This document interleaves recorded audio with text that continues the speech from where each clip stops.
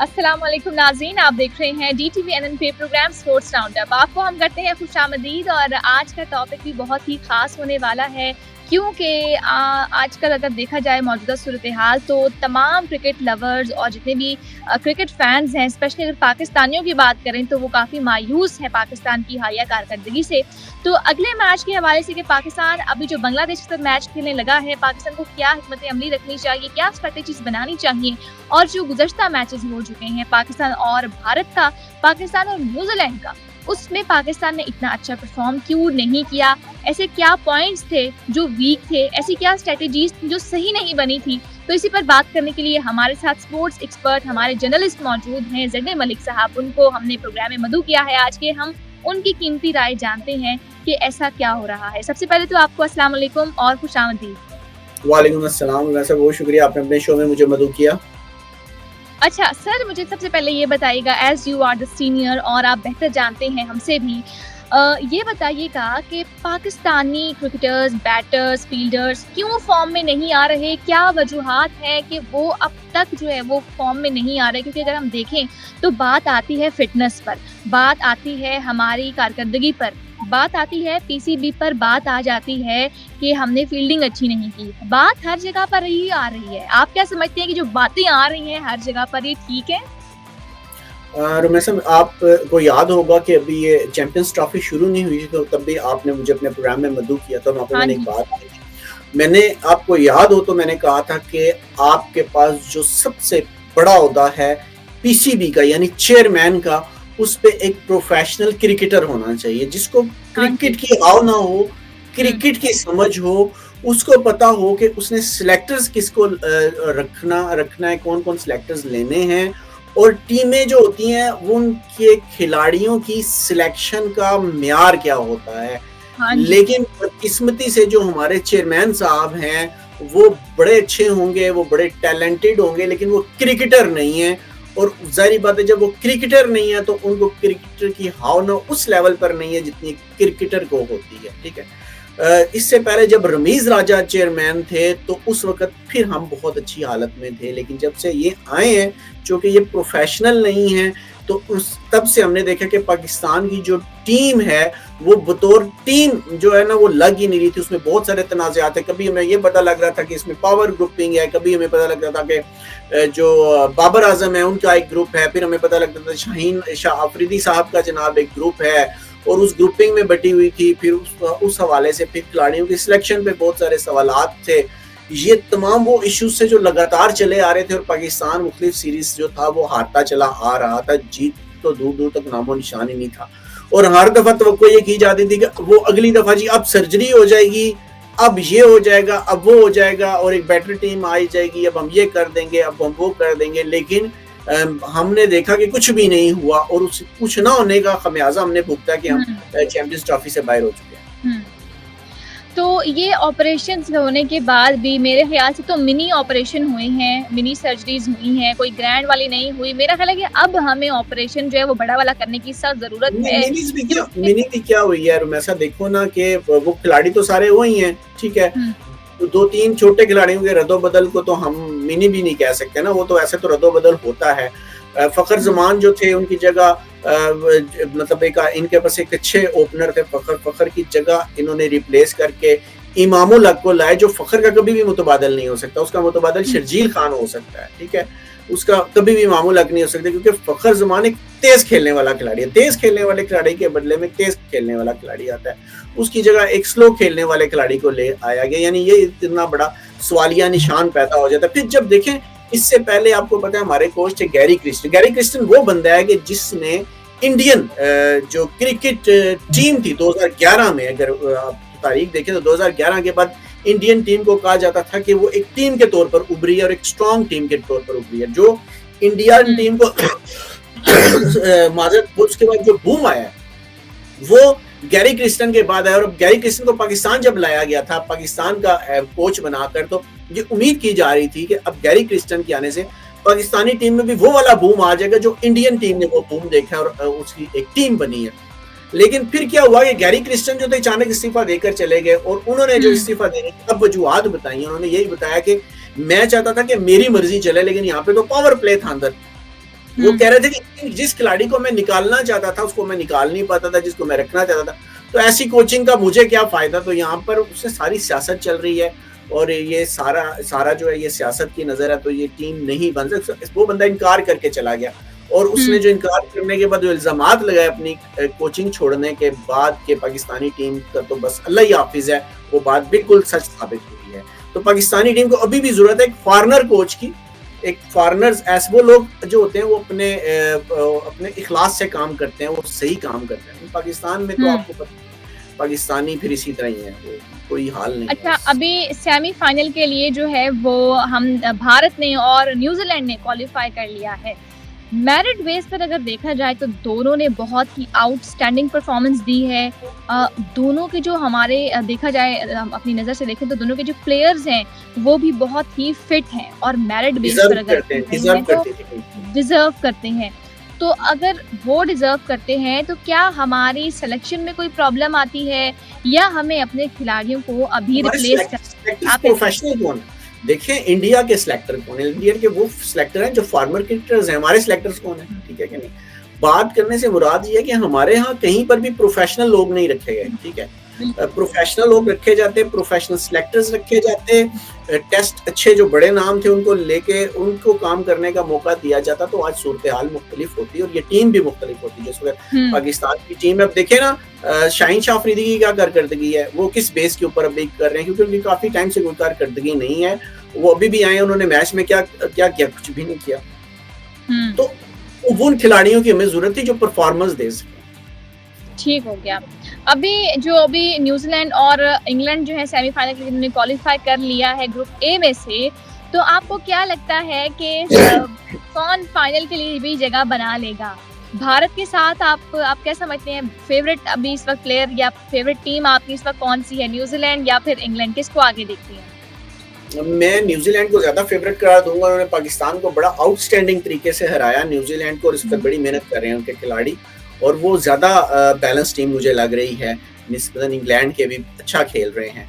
और इंडिया की आपने पहले बात की, तो इंडिया भी इस वक्त फेवरेट है, अच्छा खेल रही है। ये टीमें डिजर्व करती हैं फाइनल तक जाने के लिए। ठीक हो गया। और ग्रुप बी में अगर बात करें तो आप कौन सी टीम को जो है वो देख रहे हैं कि वो सेमीफाइनल के लिए क्वालिफाई कर सकते हैं? देखें इस दफ़ा हम जिन टीमों को पहले हम सोच रहे थे कि जो सेमीफाइनल तक चली जाएंगी या फाइनल तक पहुंच जाएंगी, उसमें अफगानिस्तान को बड़ा अच्छा मार्जिन दे रहे थे कि इंग्लैंड ने बड़े अच्छे तरीके से उनको हराया है। और अभी हम जिन टीमों की तरफ हम ज़्यादा उम्मीद लगा, उसमें ऑस्ट्रेलिया जो है हम उसको बड़ा फेवरेट करार दे सकते हैं कि ऑस्ट्रेलिया एक फेवरेट टीम है और ये उसके ऊपर आगे जाने का चांस है। अफगानिस्तान से भी तो बांग्लादेश से भी बड़ी अच्छी तौक़ुआत है। पाकिस्तान और बांग्लादेश का भी मुकाबला होने वाला है, आपको पता है। तो हमें इस वक्त बांग्लादेश की team on paper Pakistani team से ज़्यादा मजबूत लग रही है। बिल्कुल, मैं भी आपकी इस बात से एग्री करती हूँ।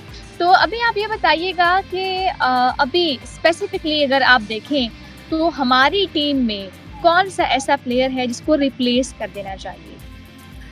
देखिए फास्ट हमारा जो बॉलिंग जो हमने एक बड़ा अलमिया यहाँ पे हमारे साथ हुआ है। जब पाकिस्तान में चैंपियन ट्रॉफी होनी थी तो तमाम टीमों ने अपने जो बॉलिंग स्क्वाड था उसमें स्पिनर्स मुंतखब किए और अच्छे स्पिनर्स लेके आए हैं। अलमिया ये है कि पाकिस्तान ने अपने अच्छे स्पिनर्स को सिलेक्ट ही नहीं किया, हालांकि पाकिस्तान के बड़े अच्छे स्पिनर्स थे। पाकिस्तान फास्ट बॉलर्स के साथ उतरा है और वो भी इसको कारकर्दगी नहीं दिखाते। इनको भी अगर ये स्पिनर्स लेकर आते तो शायद सूरत हाल थोड़ी मुख्तलिफ होती। ठीक हो गया, सूरत हाल मुख्तलिफ होती। बिल्कुल आपने ठीक पॉइंट जो है वो उजागर किया है। अभी तो ये एक जो हमारा होने जा रहा है मैच बांग्लादेश के साथ, मेरे ख्याल से एक फॉर्मेलिटी है जिसको मुकानी है, जिसको बस अब पूरा करना है और बस फॉर्मेलिटी की तरह ये गेम खेली जानी चाहिए। लेकिन कब तक हम अगर मगर की सूरत हाल में अटके रहेंगे? कब तक हम ये फॉर्मेलिटीज़ वाली गेम्स खेलते रहेंगे? हमारी टीम की जब भी बात आती है, हम लोग जब भी परफॉर्म करने लगते हैं तो हम लोग जो है कैलकुलेशन माइंड में ये लगाते हैं कि अगर यूँ हो जाए तो हम तब जा सकते हैं, मगर अगर ये हो जाए तब हम लोग के साथ ये हो सकता है। कब तक हमारी टीम जो है, कब तक हम इसी चीज़ पर इन्हिसार करते रहेंगे? अगर मगर अगर क्या कहते हैं इस हवाले से? ये हमेशा रहेगा जब तक हम मुखलिस नहीं हो जाते, हम जब तक प्रोफेशनल लोग लेकर नहीं आते, जब तक हम अपने मुल्क के साथ और जो काम हम कर रहे हैं उसके साथ पूरे इखलास से काम करने का इरादा नहीं कर सकते हम, क्योंकि हम मुखलिस कौम नहीं है, हम अपने काम के साथ मुखलिस नहीं है, इस वजह से हमेशा तनज़्ज़ुली का शिकार रहते हैं और ये तनज़्ज़ुली का ही हम हमेशा शिकार रहेंगे, क्योंकि हम मुखलिस ही नहीं है। हम अपने हम इंसाफ ही नहीं कर पाते जो हम काम करते हैं। हम इंसाफ के मुतलाशी तो ज़रूर करते हैं, लेकिन जब हमें खुद मौका मिलता है तो हम सबसे बड़े इंसाफ के कातिल साबित होते हैं। और यहाँ पर भी हमेशा हमारी क्रिकेट के साथ पहले भी माजी में भी ये होता रहा, अब भी यही हो सकता है। अच्छा, शाहीन, हारिस और नसीम शाह की अगर हम बात करें, तो अब इनकी बॉलिंग अटैक उस तरह से पाकिस्तान के लिए, पाकिस्तानी टीम के लिए उस तरह से नहीं साबित हो पा रही जैसा कि हमने सोचा था। इनके अलावा अगर आप देखें तो किसको जो है रिप्लेस करना चाहिए, या क्या नए ऑप्शंस की तरफ आप जाना चाहिए? क्या नसीहत करना किसे चाहेंगे आप? देना चाहिए? आकिब जावेद आपका बड़ा अच्छा टैलेंट है और बड़े अच्छे-अच्छे बॉलर हैं। आपका वसीम जूनियर बड़ा अच्छा ऑप्शन है। बॉलर्स बहुत हैं पाकिस्तान के पास, अगर पाकिस्तान ग्रोम करके लेके, लेकिन ये हीरोज़ बना लेते हैं और उन हीरोज़ को बस हीरो बनाकर ही पेश किया जाता है और वो फिर हीरो बन के एड्स वगैरह में आते हैं, मॉडलिंग शॉडलिंग करते हैं और बॉलिंग उनकी फारिग हो जाती है। यही वजह है कि आज वो वसीम अकरम, वो वकार यूनुस, उस लेवल का कोई बॉलर हमारे पास नहीं है। अच्छा, इसमें एक बड़ी बात ये हो जाती है कि जो हमारी ऑडियंस है वो मेंटली बहुत ज़्यादा और इमोशनली भी बहुत ज़्यादा अटैच हो जाती है, स्पेशली अगर पाकिस्तानी क्रिकेट की हम बात करें।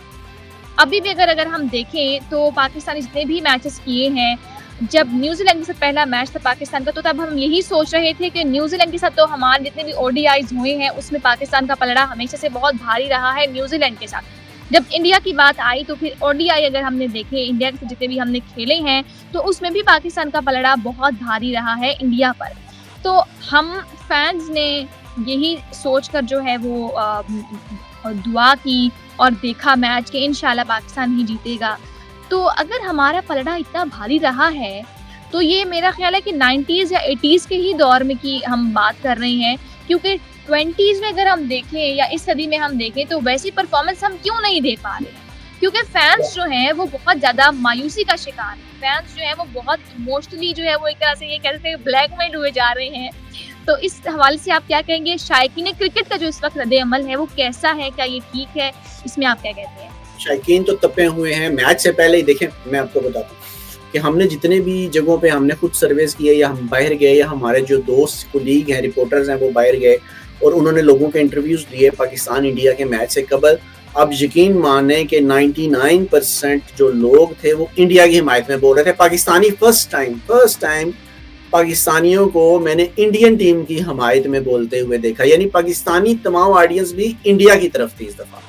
ये फर्स्ट टाइम मैंने देखा, ये मेरी ज़िंदगी का पहला तजर्बा था और वो बड़े कॉन्फिडेंट थे। सबको पता था पाकिस्तान हारेगा। हालांकि हम हमेशा ये होता है कि हमसे पूछा कि पाकिस्तान जीतेगा, इंडिया जीतेगा, तो हमें अगर टीम हमारी कमज़ोर भी जा रही तो हम कहते हैं नहीं पाकिस्तान जीतेगा। जज्बा होता है, हम ये अपने नारे लगा देते हैं जी के जज्बे से सब जीतते हैं, कमज़ोर खिलाड़ी भी जीत जाते हैं। लेकिन इस दफ़ा सबको पता था कि भाई कोई जज्बा नहीं है, कोई कुछ भी नहीं है। इंडिया की टीम मजबूत थी, वो ज़्यादा प्रोफेशनल और अच्छे लग रहे थे।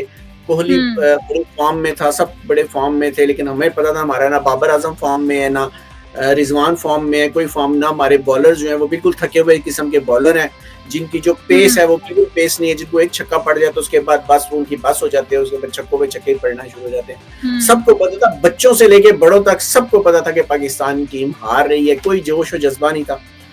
पाकिस्तान और इंडिया के मैचेस को हमेशा ग्राउंड्स में याद रखा जाता है उस जज्बे के हवाले से जो मैच शुरू होने से पहले होता है। एक आंकड़े का मैच, यहाँ से भी रोला, वहां से भी रोला, बड़े बड़े दावे, बड़ा जोशो खरोश। इस दफा कुछ भी नहीं था, सबको पता था ये हारेंगे। ठीक है, सिर्फ अगर नहीं पता था हमारे चेयरमैन को नहीं पता था कि पाकिस्तान हारेगा और हमारे ऑफिशियल्स को नहीं पता था, बाकी सबको पता था पाकिस्तान हारेगा।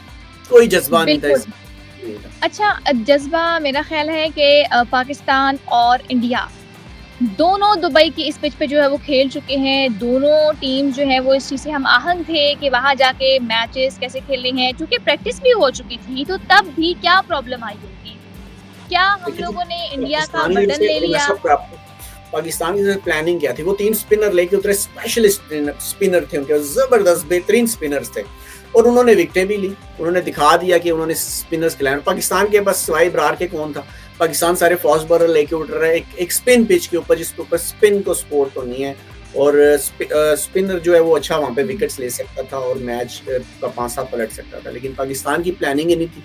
ये वो बॉलर लेके उतरे जिन्होंने सिर्फ मार खानी थी, और पाकिस्तानी बैटिंग की भी आपने सूरत-ए-हाल देख ली कि उनके पास ओपनर ही नहीं था, ठीक है?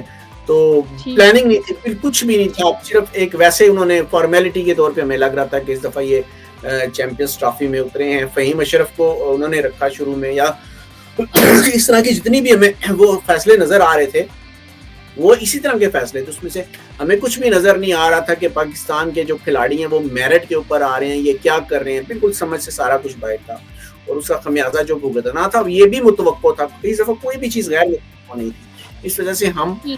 फिर मैं बार-बार कहूँगा, ना हमारा चेयरमैन प्रोफेशनल जनाब, ना फिर उन्होंने आगे सिलेक्टर्स प्रोफेशनल रखे, ना आगे लोग प्रोफेशनल थे। तो जो होना था, एक गली मोहल्ले की टीम साबित होनी थी, वो होगी और वो बाहर है। अब देखें ये बांग्लादेश से भी इज़्ज़त बचा पाते हैं कि नहीं।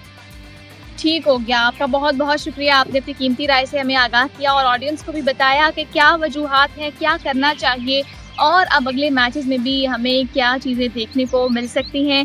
ज़ैड मलिक साहब, आपका बेहद शुक्रिया कि आपने हमें जॉइन किया। नाज़रीन, ये था अब तक का स्पोर्ट्स राउंडअप का प्रोग्राम। इंशाल्लाह फिर मिलते हैं एक नई एपिसोड के साथ, तब तक दीजिएगा इजाज़त। अल्लाह हाफ़िज़।